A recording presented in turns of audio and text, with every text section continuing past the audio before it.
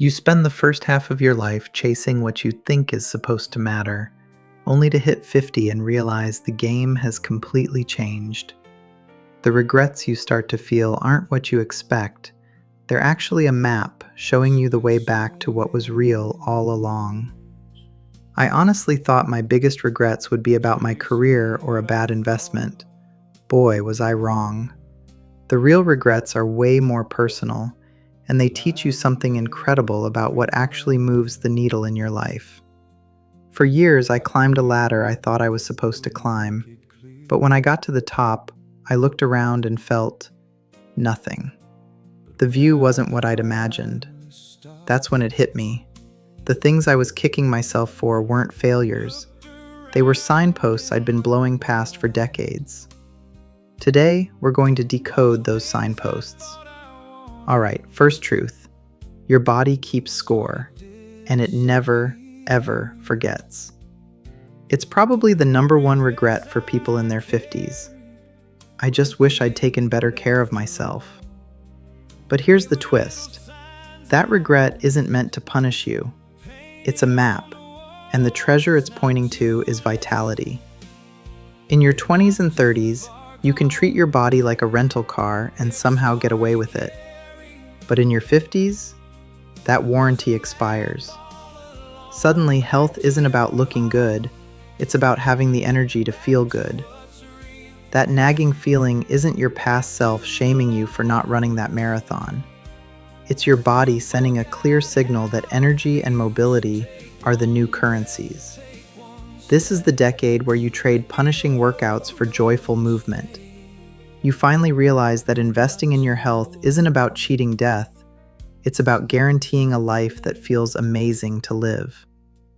Truth number 2. Someday is the most dangerous word in the English language. We all have that list, right? The things we'll get to. Someday. When there's more time, more money, more freedom. That someday bucket list, it's a total trap. The regret of the trips not taken, or the passion project that's still just an idea, that stuff hits like a ton of bricks after 50. You look back and see a graveyard of perfect moments that never showed up because you were too busy waiting. But again, that sharp pang of regret is just a map pointing directly to the present. We all understand compound interest with money, but the real secret is that time compounds even more powerfully. Yesterday's gone. Tomorrow isn't promised. This exact moment is the only thing you have. So stop saving the good wine for a special occasion. Today is the special occasion. That regret is a compass, and the needle is screaming, now. Okay, truth number 3 is a big one, especially for the guys out there.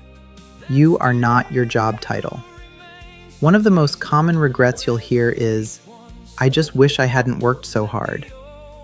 It's that gut punch realization, isn't it? The company could replace you in a week, but you were completely irreplaceable at home.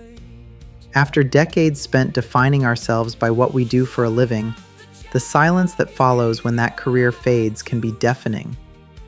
But that feeling isn't emptiness, it's space. Space you finally get to fill with things that actually matter to you. Hobbies, learning, a purpose that doesn't come with a paycheck. The 50s are the perfect time for reinvention. You have a lifetime of experience you can now use in a way that truly fulfills you. That's where your real power is. And the last truth, this one can be tough. Your circle of friends is going to get smaller. And not only is that okay, it's a powerful sign of growth.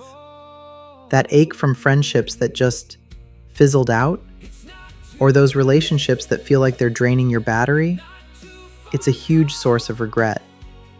I heard this story about a woman who looked around at her retirement party and had this horrifying thought. These are all just my colleagues. Where are my friends? By the time you hit your 50s, your energy is no longer an infinite resource. It's a precious commodity. You just don't have the time or the patience for relationships that are a one-way street. You learn to say no so you can say a powerful yes to what feeds your soul. It's not about being cold, It's about self-preservation. You start choosing peace over drama, and the relationships that remain become deeper, more honest, and the true cornerstones of your happiness. So look, these regrets, they aren't failures to be ashamed of. They're wisdom. Your life is trying to tell you something powerful. So, I'm curious, what's your map telling you? Drop a comment below with one truth you've learned on your own journey. And if this hit home for you, make sure you subscribe for more real talk about navigating this incredible second half of life. Because I promise you this, you're not too old, and it's not too late. Your real journey is just getting started.